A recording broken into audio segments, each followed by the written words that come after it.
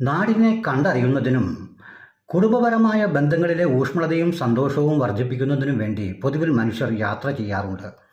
യാത്രയിലുടനീളം അടുത്തിരിക്കുന്നവരോടോ അല്പം അകന്നിരിക്കുന്നവരോടോ പലരും സംസാരിക്കാൻ തയ്യാറാകുന്നില്ല.